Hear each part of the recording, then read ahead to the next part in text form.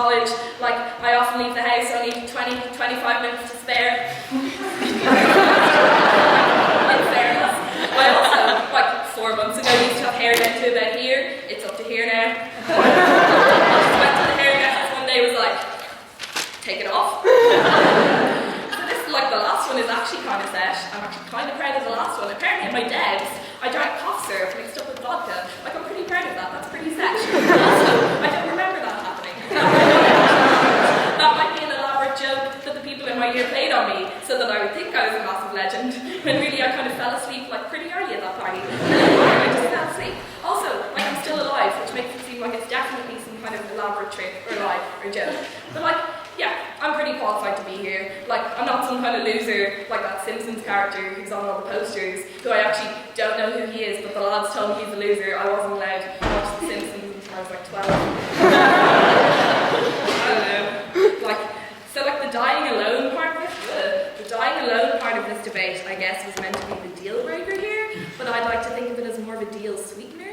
Like, who needs human companionship anyway? Like, all people pretty much do is like complicate your life like loads for you. Like, see the fact that I let this guy stay with me for 1 week, and then my prospects of like ever seeing the inside of my flat again have significantly decreased. Like, as well as that, all the people you hang out with do pretty much is just talk shite all the time. You would not believe how many times I've had to debate like who's going to win in a fight, a bear or a silverback gorilla. 30 hours of my life in the past month trying to have this discussion. And guess who brings that up all the time? Well, it's this guy.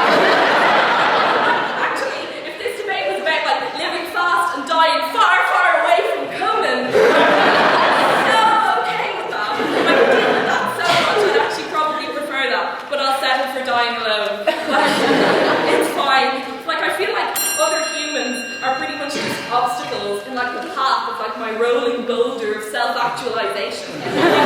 People are actively holding me back from like becoming my best self. Like, I get nothing from interacting with any of you apart from like headaches and stuff. Like, I genuinely feel like if I was able to like cultivate the kind of aloof personality where like people would think I was real cool but were kind of scared to come near me, that would be pretty much like the best thing that could ever happen to me. Like, think of all like the important books I could read and stuff if I had that kind of thing going on. Like, I wouldn't have to spend all this time like interacting with my friends. It's such an exercise in self-improvement. Like, living fast and dying alone is the way to go. Come to Club Filth, everyone.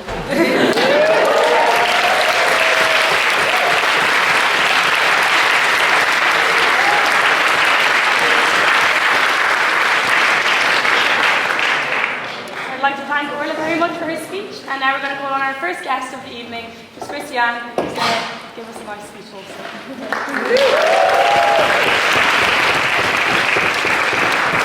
I'm very excited to be here. It's my first time ever speaking at the Phil. So I'm against the notion of living fast and dying alone. Am I? Just checking. Don't be a big fuck if I wasn't. No, I think it's a bad idea. I think like human beings are designed to like kind of be in love, and it's the best feeling ever, being in love with somebody until you realise you hate them. And I thought the best way to prove how shit being single, there's no better way really than with a harp.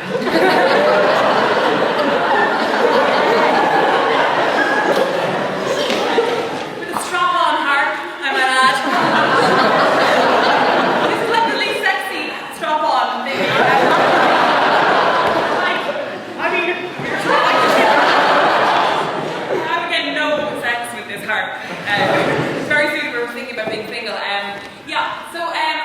I've got a song all about how shit is being single, and it's called Shopping List for the Unloved.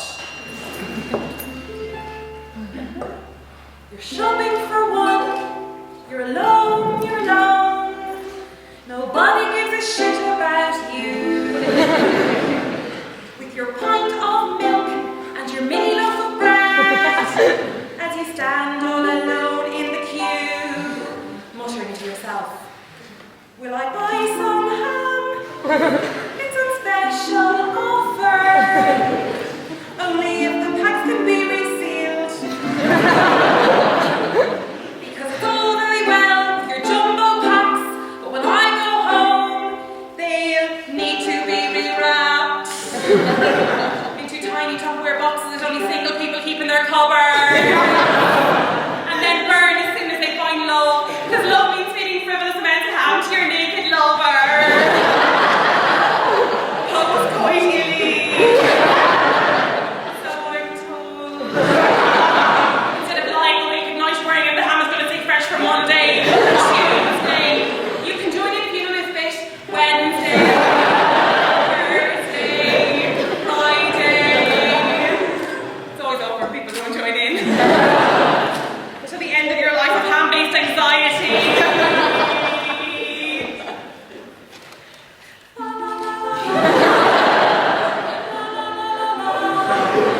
Just another cozy night in. Forget about that silver sequined tongue. You'd be much better off with a pair of long johns. On a wintry night, you'll feel rather glum in bed with a wedgie and goosebumps on your bum.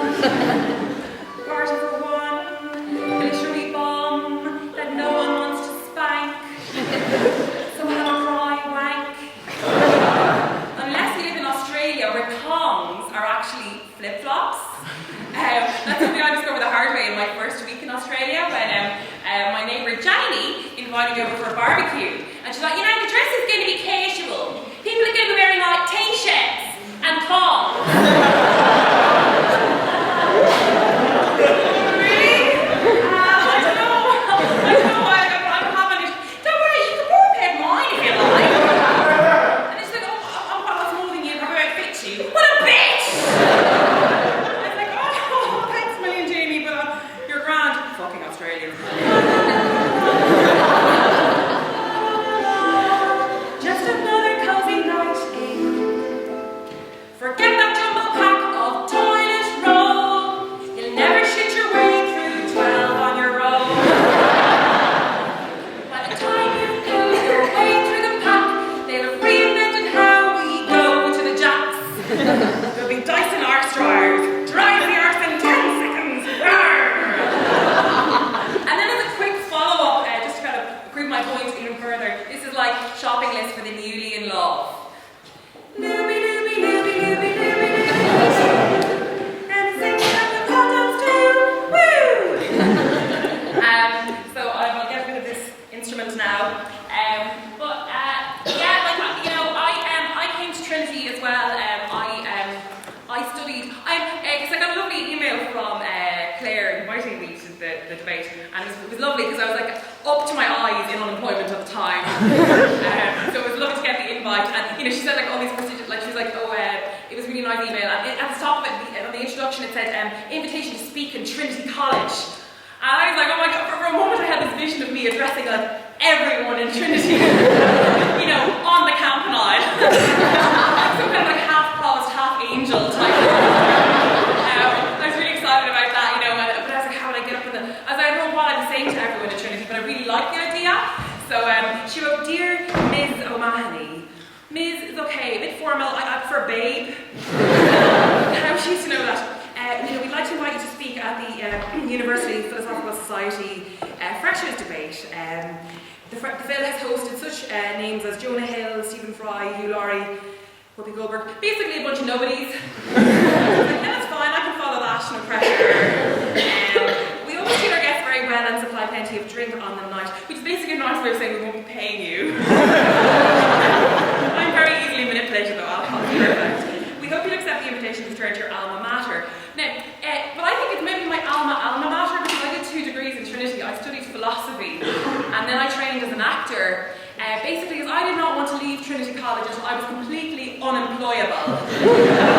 So it's going really well. Oh, I'm running out of time. So I wrote back and I said, Dear Claire, thank you very much for the invite. I've just texted my agent, and by agent I mean diary. And I can confirm that I'm free on this evening, just about. I like nothing all week. I didn't want to be like, you know, and I was like, I'd be delighted to speak. I've never debated before, but I have a lot of arguments, so it should be fine. Best regards, Babe O'Mahony. And then there's a PS, just in case the campanile thing was a runner, I'm not afraid of heights. And I don't mind wearing a harness. So, have I got any more time? a minute? What? A minute? A minute? Oh, okay, just tell me stop then, because I've got more stuff that I want to say. Will I just leave it there? No, okay. Keep going. Okay, so basically, when I was in Trinity, like I had this, like my first love, and he was, it was amazing, like we went out for 3 years, and I had my first orgasm.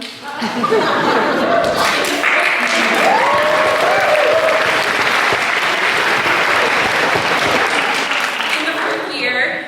And then we broke up, but it was the right thing because we were just incompatible with each other. Like, I'll give you an example. I'm an Aquarius, and he's an asshole.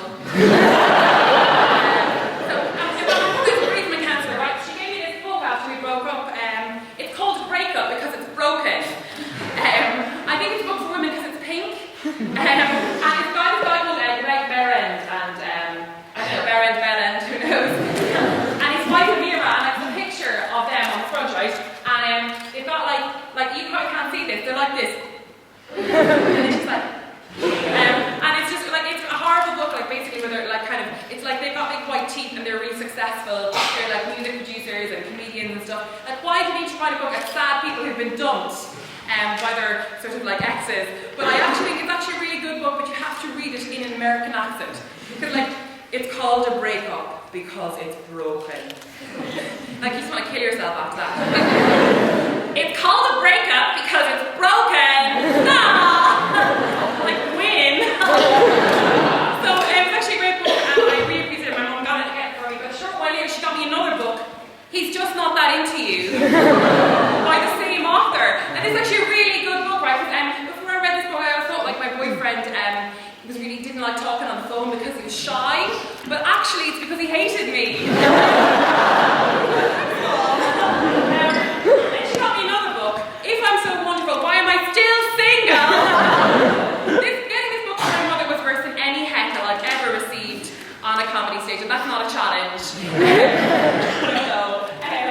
And then the next one I got from her, I think at this point she'd just given up. Like, this was across, about a year and a half. And she's like, I'm lying, 5 years. I was single for 5 years. The next one was, really, she was getting really desperate. How to make anyone fall in love with you. Really, mommy? Really? And I think then she was kind of coming down to the fact that really, I didn't have a future with anybody, and I was going to die alone. So she gave me this book, Live Alone and Like It. Fresh off the press from 1936. And the last book I got from my mum was like the ultimate fuck you. Who will cry when you die? I just think, like if I was kind of like going over the cobbles with my harp and my books, and I tripped and I died, and if they came to collect me, whoever it is that collects dead people, and it was like, who do we call? Nobody. She's definitely alone. She's definitely given up on life. So yeah, I hope I've illustrated the point through harp and self-help that living fast and dying alone is not a good idea. I've been Christiane. Thank you.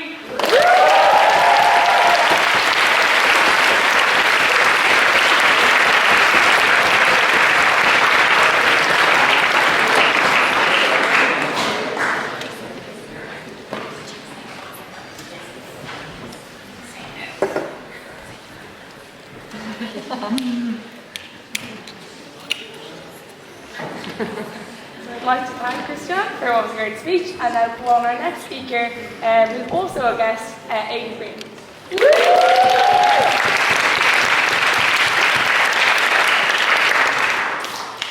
Hello everyone, are we having fun? Good. I'm first going to warn you, I have to say that I have a stammer, so I'm going to go up here for 7 minutes.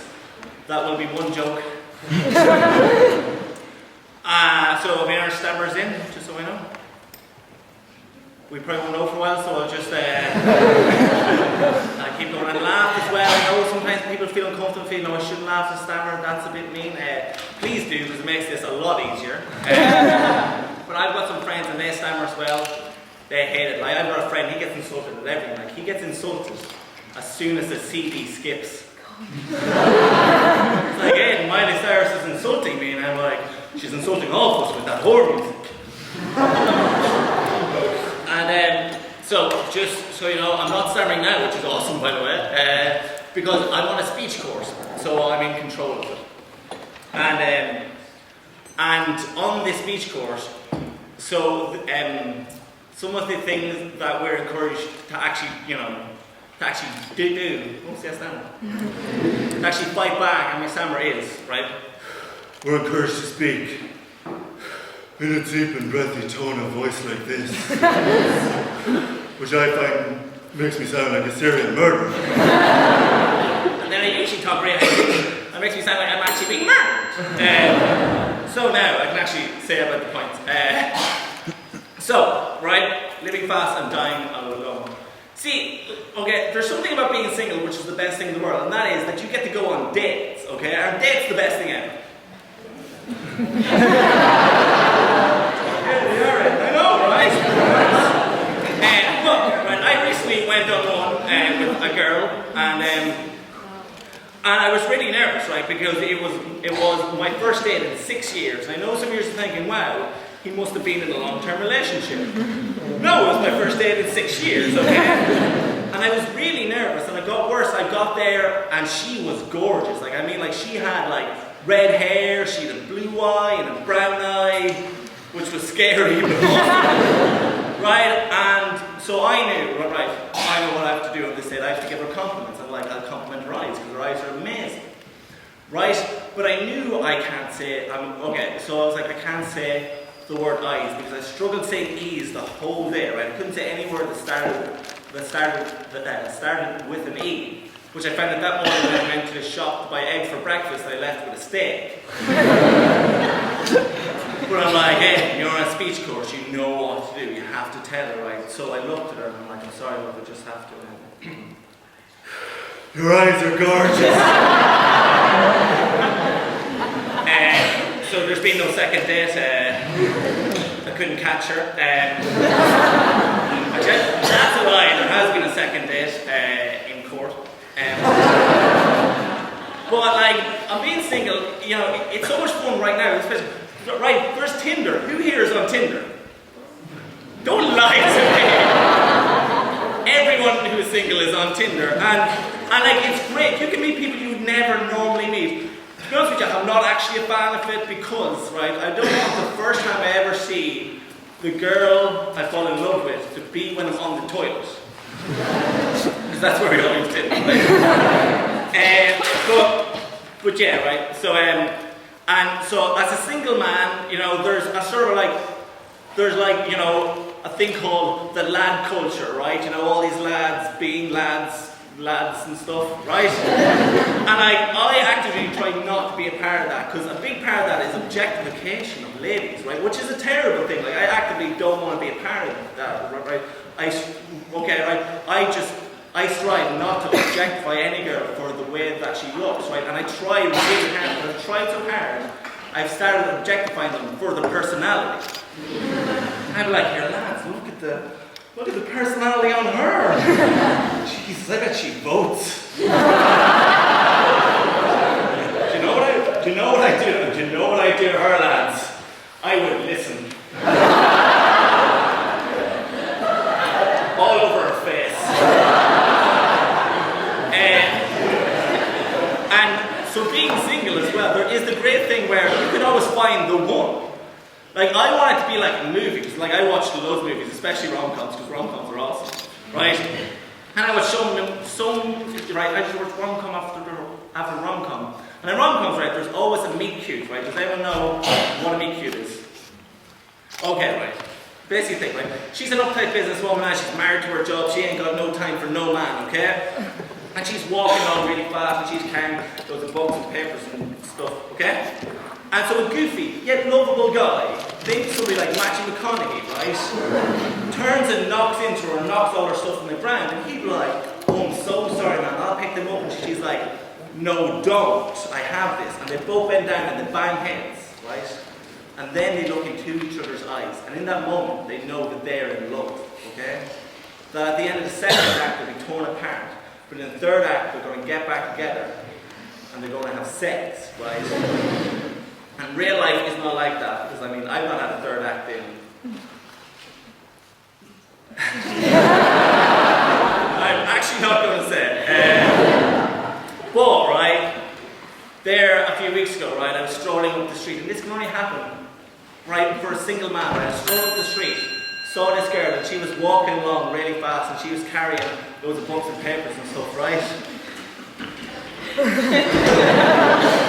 So, I took her out, right?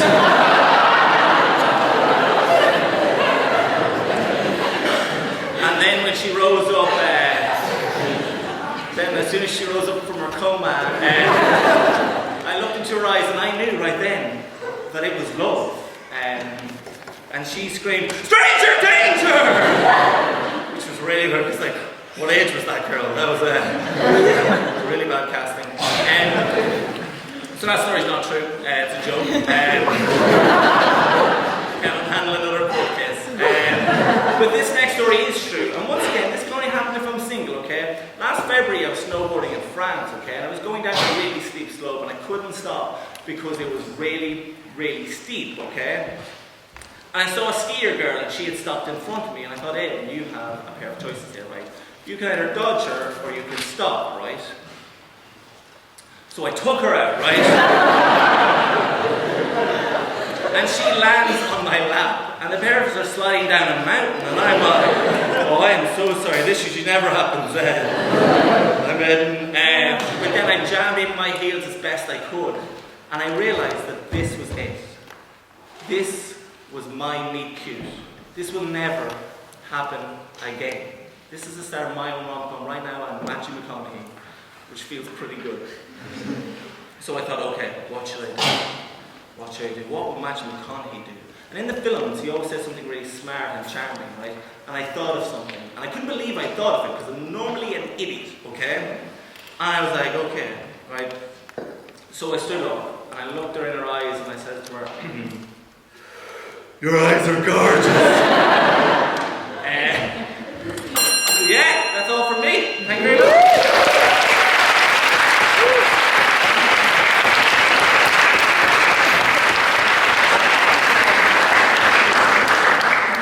I'd like to thank you very much and call on Anthony Greene, Senior Software French and Film Studies student and ex-librarian of the film.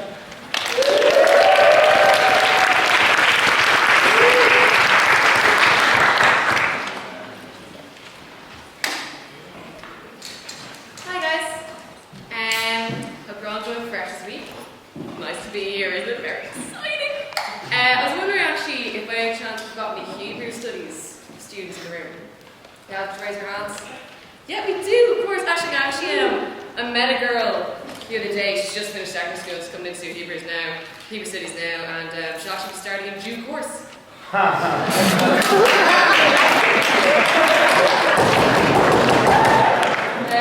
Anyway, that was hopefully the worst joke of my speech. I'm going to start by kind of like explaining the format of debates, because I feel like this is your first one. Speeches are normally 7 minutes, comedy debates they're 5. But like your boyfriend on the senior cup team, I'm going to close my eyes and aim for about 2.5. As a North Sider, I don't actually really know, I didn't know what senior cup was before I came to college. Like, the kind of equivalent where I'm from is like, if you got a fella and he's got like at least 1 caution for shoplifting. That is a crime eaten 5. Also, like your senior cup boyfriend, I'm not going to stay with the motion, just like he didn't stay with you after a 6-day holiday. I don't really have any rebuttal, just to say that I really enjoyed Orla's speech, the casual banter between her and Conan. Do you think they might just shit to club filth later? But anyway, I'm actually opposing the motion that this house can live fast and die alone, because I'm really here to warn you about some of the things that will happen to you now that you're new, fully fledged member of the field. Here in the field, life's pretty fast-paced, not really what you're used to. I mean, I know the maddest thing you probably did in secondary school was getting a selfie with the Indian bouncer at McDonald's on Cole Street. And having a really deep meal of conversation, known as a DMC with him about whether he prefers the curry sauce or the sweet and sour sauce with his chicken nuggets, while he stares dead-eyed. It's Tuesday fucking night, and he's dropped his kids to school at 5 in the morning. And he's still got 3 hours left of work, and he's so sick of listening to us kids. Things are going to pick up from here. Seems exciting, you know, the fast-paced life, but it's a dangerous path. I'm going to kind of just give you some really tales of caution from like past Phil members. I mean, you may think this is a beautiful building. You maybe have tours in the rooms. My good friend Stephen Lahan. He's a blonde boy with stairs. He has toured most of the rooms. He's going for the Grand Slam, which in the field is known as having sex in every room of GMB. He's yet to do this room, but his Grindr username is PhilTwing329. So if any of you boys want to hit him up later, he is going to be free. Club Phil in the OP rooms. Similarly, kind of like some dark things have happened in this building. A girl named Lydia, who was a former steward, you know, she was kind of like responsible for organising the set. She was pretty busy, like she worked really hard in her job, and like things actually got so fast paced, and she was so kind of taken up by like the speed of things in the film that rather than walking the 2 flights of stairs from the office upstairs to the jacks in the basement, she pissed in a bag and tossed it onto Trinity's beautiful tennis courts. Similarly, her good friend Jane was just so fucking rushed, like so buzzed, like getting into grad social on a night out, that rather than making it to the toilet on time, she shit herself on the dance floor. Which would have been fine, but she was wearing a skirt and no tights. So, you guys can all picture that. So I'd really recommend you kind of like avoid the fast-paced buzzing life of the film, and maybe instead join the Hist, who once had a debate so boring that Michael Gambon, who's best known as kindly old Albus Dumbledore from Harry Potter, ascended to that balcony, threw open the door, and screamed to a student speaker to shut the fuck up! She's since left the Hist and college in general. One of the pilots of the film is guests like Michael Gambon. We've had such names as Angela Merkel, Hugh Laurie, the Rubber Bandits. And here's my personal shame of, you know, something I did got too caught up on the set life of college. So we had Rubber Bandits for a Christmas comedy debate, they chaired the debate, and afterwards we were like, guys, do you want to come out with us? And the fat one was like, no, that's going to be my cash. Whereas the skinny one who's always topless in the videos was like, yeah, totally, let's go. So we went to Promo, which is Dublin's biggest gay club, and we were in the smoking area, and he was basically a massive fucking creep, and he turns to me and he goes, how about it? And I go, well, I'm actually a lesbian, but I really like your work. I mean, Horsehead Style is just seminal, but it's your smaller songs that I really enjoy. Which is all fine until he goes, hey, how about we go back to Crumlin and sit in our onesies and watch some more bags? So I would much rather die than do anything like that. So I'm going to end on that. I just hope you guys all have a great time at Club Phil, and please don't piss or shit yourselves.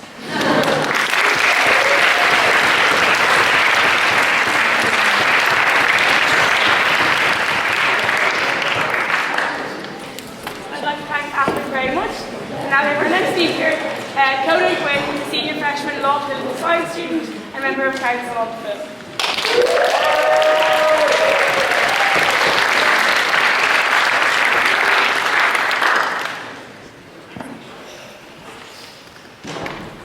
Right, so this house would live fast and die alone.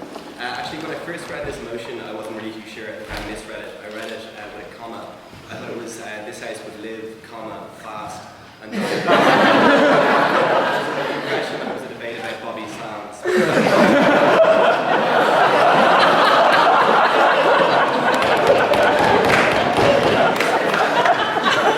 Once that actually cleared up for me, I was kind of thinking like what kind of things come to mind. So I have it on authority, like the first thing that came to mind was kind of this image of Alexander crouching in a cupboard somewhere in the headquarters of the SNP at the moment with a 2-litre bottle of Tesco value cider taped to each hand, awaiting the imminent lonely death of his hopes and dreams. But yeah, like after that, kind of the clear thing that came to mind was my friend sitting over here, Mr. Big Dog Henry. Somewhat of a legend around campus, his reputation precedes it. I'm sure as freshers you guys have all met him, or at least heard of him somewhat. A self-described omnisexual, insofar as he has all of the sex. Yeah, so then after thinking of those two big characters, I was trying to think of some examples in my own life of kind of living fast and dying alone. And I've come up with a few which are all a bit rubbish really, but sure, we'll give it a go. So the first one I came up with was kind of how I got this haircut, which is a bit different. So a couple of weeks ago I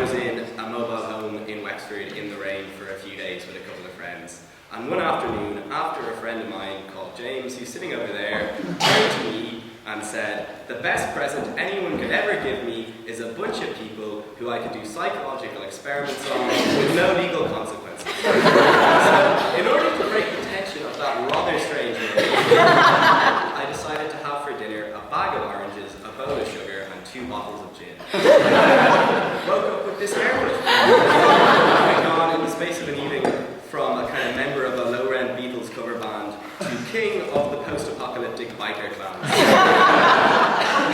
But of course, like, I think that was kind of a bit of an optimistic image of myself, because as soon as I went into a public space, some local children kind of expressed their intimidation and kind of fear of my new like status and title by pointing and laughing. So where we go about that. Yeah. So you may have noticed as Orla, she did talk about me quite a lot. There is quite a lot of Lucas knocking around. You've probably had like some wild-eyed members. Yeah, go ahead, Alfred.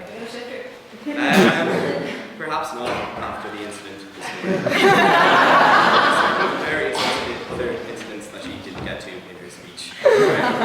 But you've probably noticed kind of wild-eyed members of the Phil kind of with a note of desperation in their voice. Like trying to pass 3 bottles of Lucozade onto you. Whereas I'm grand with it. I love Lukey. I've been putting away 10 to 20 of those bad boys a day. Pretty class, right, guys? Yeah. Anyway, so when I went on to think about it, I was like thinking about this notion. I was like, well, what's the opposite of living fast and dying alone? Like, what's the corollary? But like, I suppose it's like some sort of kind of well-adjusted family life, something like that. You don't want that. That's just something that like advertisers make up to sell like bread makers and box sets of grand designs. That's not like a real thing. That's, you don't want to do with like just a fucking family in a picture in an IKEA catalogue, like kind of with 2.5 children and a mischievous golden retriever. Smiles so gaping and forced that it looks like you're literally trying to hold back a tide of hummus and pesto that's about to fall. Yeah. So anyway, then I was kind of thinking about like what's some examples of like dying alone in my own life.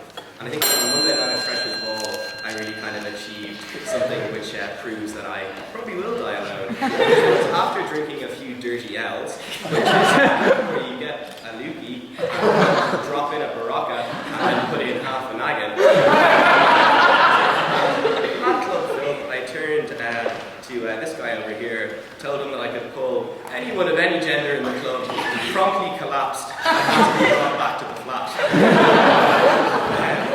Anyway, speaking of the flat, I'd like to thank Orla for her character assassination. It was quite thorough, it touched all the bases. It was very good, 10 out of 10.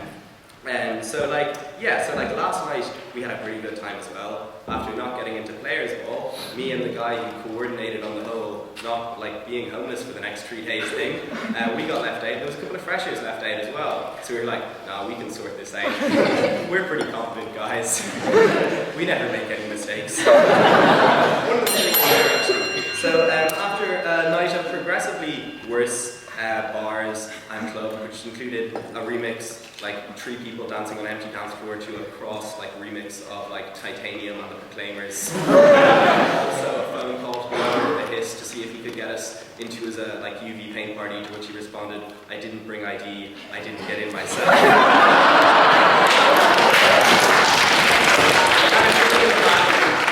We had a meeting in the bathroom with Doyle's and decided to flee out the back door to avoid the embarrassment and disappointment. So it was very nice talking to everyone. Have a good time.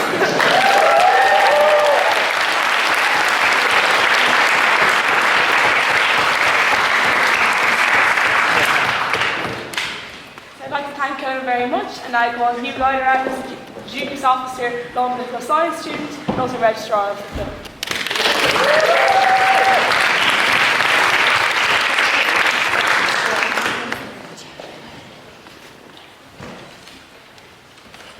Yeah, just a reminder of the texting competition.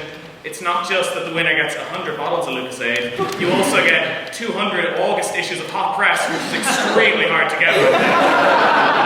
And it's all yours, as in the winner is obliged to pay all transport and recycling fees.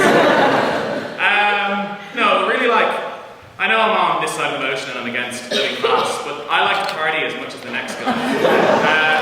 We have all fingered or been fingered in a club to some degree. We'll not play high and mighty here. We've all vomited so much in someone's house that you lack the requisite blood pressure to attain an erection, and then your sobs wake up their parents and you have to run away. I mean, we've all had a bit of fun. Like, no, seriously, we all have. Like, it's really common, and it actually happens to loads of guys. I actually found it funny, but no, like, I looked at the man, it's really, really common. Like,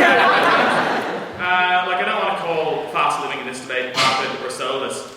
This debate is about that transition in single life where, oh my god, Hugh just KO'd, becomes, oh, Hugh just KO'd. That moment where someone in their late 30s, like, not gets what they, like, 60 and considers it funny, but rather, like, living fast in a club full of people of that age, in Nace, surrounded by people half your age, living fast in a quasi-existence, leaning around the dance floor on bar stools, like looking in at a zoo at the people who have the energy to dance, miserably gulping Smiddix. But when anyone questions them, saying they live a miserable existence, and they lack any emotional connections to any people, they're like, no, this is the fast life.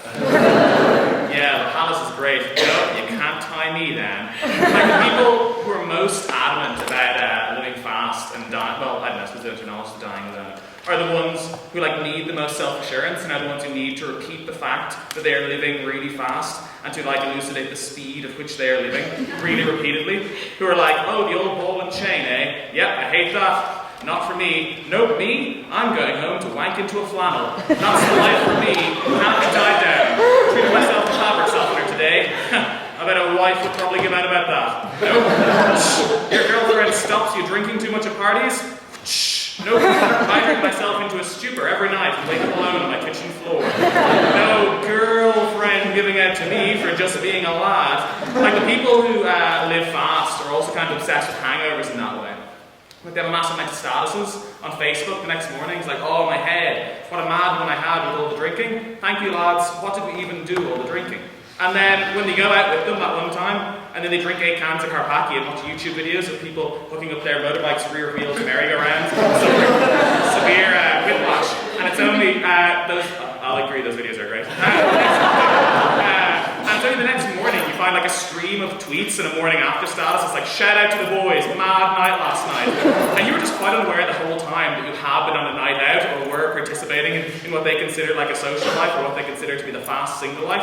Or for people who, like, live fast and who proclaim to live fast, like, their massive nights out also never stand on their own merit. These people always at least, like, 30 minutes at the start of any social setting, recalling nights gone by. Like, oh, remember that time I was so drunk and I was having fun that one time? Like, once you ever have one good night, these people are essentially sorted. Like, that conversation topic for years to come is like, oh yeah, at my 16th birthday, I got so hammered that I created an anecdote. It was mildly humorous.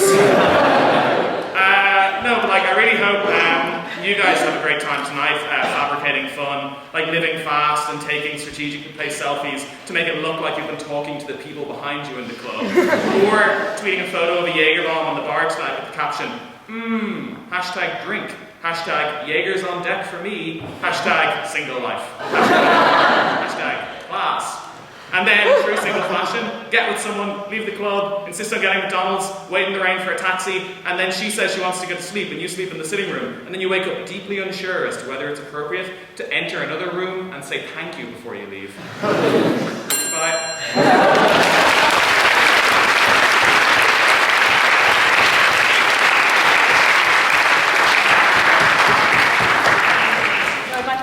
For a speech. You have a text that I presume is directed at you that just says, this guy kind of looks like Doug from The Hangover. And without further ado, then I'm going to call on our final guest and our final speaker on the opposite side, and that's Gemma Hutton.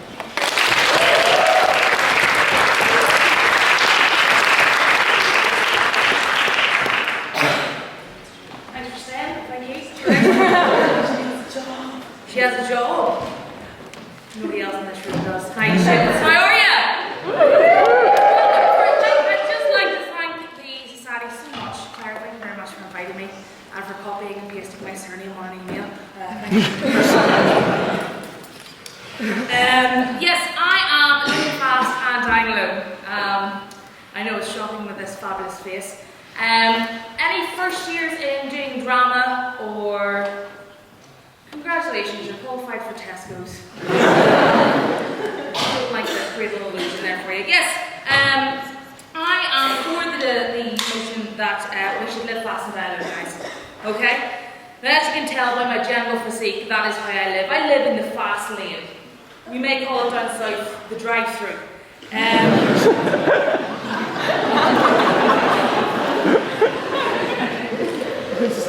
So I just turned 30 and I have actually written a will in which I wanted to go. Yeah. I'm getting hardcore. Have you heard this accent? I cannot not die alone. Say hi, ask me how I am. Lovely. How are you? How are you? How are you? Me, I sound like a fucking death threat. How are you?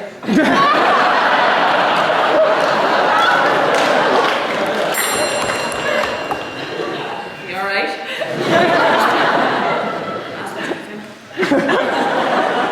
But yes, I have decided to write a will, and I have promised to go to the barbecue down south, not your shelves, but like down further. We don't call you hell in Northern Ireland, obviously, even though I'm a big fraud. I'm a lesbian, so I hate the Huns, so it's fine. They only basically got me here for lottery funding, apparently, so. But yes, I want to go on my 40th birthday in a suite in Vegas with strippers dancing on a pole of fire whilst I snort crack off a midget's back, and inject jalapeno sauce into my still jerking body, and then Snapchat. Add me, Gemster 123. Alright, yeah, like I wear a swimsuit under my clothes just in case, you know, the occasion arises that I could snorkel with a great white. You know, I'm pretty fucking hardcore. Right? But my real passion in life, because I am a bitter cunt, you may have ascertained, basically my passion in life is to go on Facebook and any physical related, I don't even know what they're called, Christ, physical related degrees, what are they? Bollocks. Physics? No. Actually, oh my god, you're like Emilio Estefan. Or like a lumberjack, I don't know, like a gay lumberjack. Stand up and show your shirt. Gay lumberjack or butch lesbian that kickstarts his tampon. I don't know. I have to go on Facebook, and do you know them ones? Do you know these people? You've all got them friends that go, I'm so pumped, I'm so full of energy, I'm living life at the end. Oh my god, up at 6 a.m. Oh, I had to do more in the gym, but that's okay because I've had a crack-a-jack, whatever the shit that is that you eat sawdust or something. You know, and they put it on Facebook, they're like, oh, I'm so fucking tired, and they tag themselves in a pure gym. A gym which I had to cancel my membership to because they have a turnstile to go in and I couldn't fit in with my bag. Why is that encouraging fat people? The gym needed me. But yeah, I like to just phone them up and go, you need to know that I know that you're a rusty cunt bucket douche canoe and you need to stop putting that shit on Facebook. And you know, and I live in Northern Ireland, so I generally go for the Catholics because I'm a Protestant, and that's why I live on the fast lane, because I'm always wrong. Yes. But I am 30 and I live alone, and that means that the remote control is mine, my PS3 is mine, I will play The Last of Us whenever I damn well want, alright? I can eat a platter for two or a bargain bucket without being judged. Pretty good. Pretty excited about that one, except, you know, when I had the first stroke. No one tries to hack into my Spotify when I'm trying to make an awesome playlist. That's a pretty big one. There's always hot water. There's always hot water for a bath. Lads, anybody here live with a woman? You're running the bit. On night out, I'm pretty sure that's going to take a while for you to do. Except you, who were just quite frankly fabulous whenever somebody asked, is anybody on Tinder? And you were like, I don't know, does Grindr count?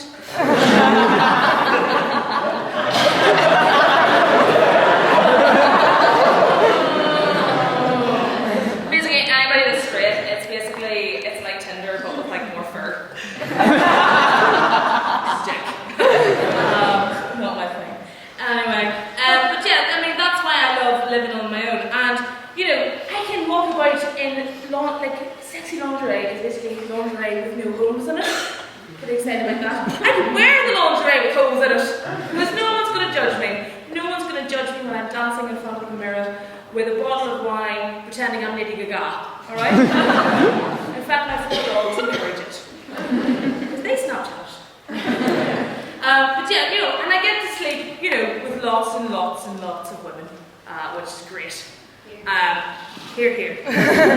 Here, queer. And, you know, on one day I will learn to do it without getting up. And, but it's great because, you know, I don't have to play I Spy on the train. You do those long train journeys with a partner and you have to do like the I Spy. Fuck that. I don't have to do any of that.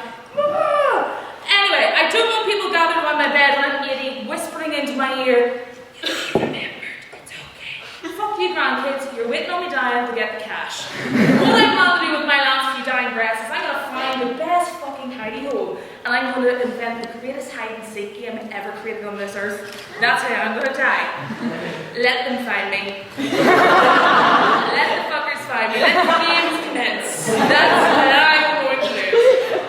And that's how I've worked it out. And I really don't, yeah, this is from basically I got married as well. I have to finish on this because this is amazing. I actually married a woman, like a real live woman. And she kind of had an affair with her manager. And it was all very devastating and I went, fuck that. But then I ended up fucking the supervisor at Poundland and she walked in. It's all very dramatic and devastating. But from that night, you know, once I wiped the candle wax off my face that she smushed in, I said that I was going to live life in the edge. I was going to live life free, you know, like Oscar stories. And, too soon? Fuck that. So basically, here's the bottom line. Stop worrying about finding somebody to love you, okay? Stop worrying about trying to find your lover, okay? Because see, when you feel like, you know, you're alone on Valentine's Day, just remember you're going to be alone every other fucking day of the year. Live young! Good night!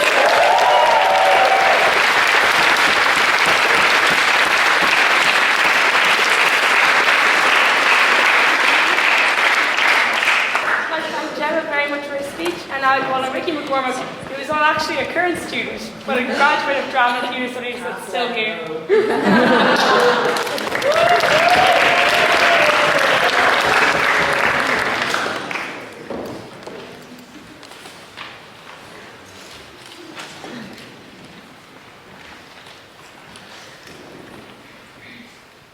Alright, well, thank you, ladies and gentlemen. I hope you're all having a good evening.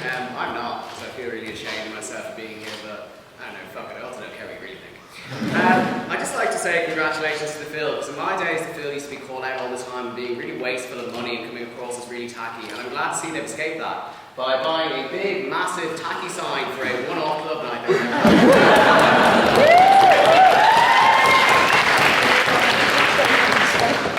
I'm going to be honest with the room tonight, not out of respect so much as out of I don't respect you enough to lie. I thought I was proposition, so I wrote a proposition speech, but I don't know. I've just written some rebuttal to everything everyone's going to say, and when I'm run out of that, I'm going to read my own speech. We're just going to focus on individual jokes, so just a coherent narrative, and the bell will go out, and I'll sit down, and we'll either clap or we won't.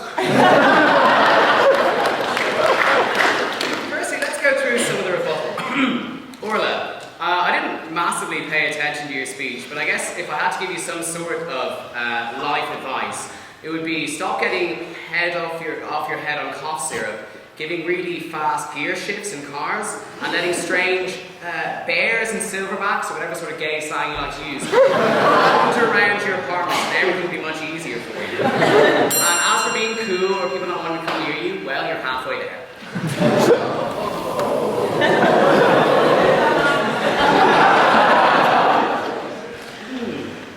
Christiane, yeah? Great. That would have been embarrassing. I'd really like to thank you for your Days of the Week song, which is sort of like a desperate spinster Craig David. For anyone who remembers the early 90s.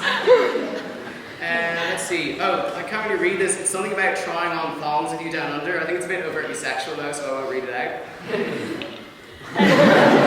And it's also mad that I'm also an unemployed graduate of Trinity's drama school, but I only got a Facebook message, so I obviously know that I made it to your level of fame when I get an email instead of that, so I look forward to as I go on from there. So, page number 2. Aidan, I'm glad you overcame your stammer. speech was you not being funny. I also know what it's like to feel like Matthew McConaughey, but that's only because I've lost a lot of weight really quickly and I'm waiting for a HIV test. Funny for the people who know me, is it true for everyone else? Alfred, I just have the word dyke written there. Made an off-colour Jew joke, which was gas. And also, I'm glad you got with a member of the Rubber Bandits. He's the perfect man for you because he has a built-in dental dam. A lesbian sexual health joke there for everyone. Conan. Jokes are all well and good, but let's not take away from the memory of an Irish hero, Barry's hands. That's it, it's a great joke. I was going to take a personal attack at Kean Henry, even though I don't know him. He's not here. So, Fionn, will you pretend to be in? Just say yes to the questions, it'll make it a lot easier. Except, just say yes to the first question. So, Kean, you have sex all the time, yeah? Yeah. Yeah, you're exactly what the case of the proposition's making. Now, change from answering yes. You happy? Yeah. Really? Yeah. Really? Yeah. But you don't get on with your family though, do you? No.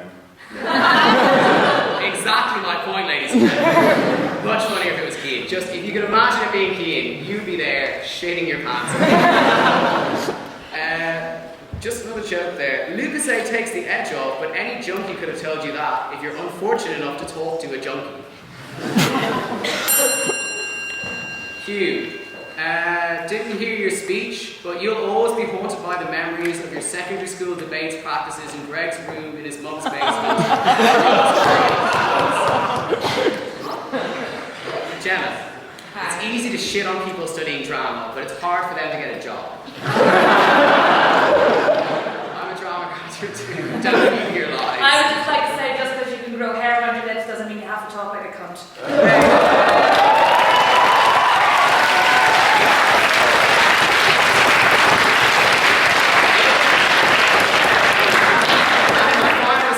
Speech, I was lying. I do live with a woman. Her name is Mum.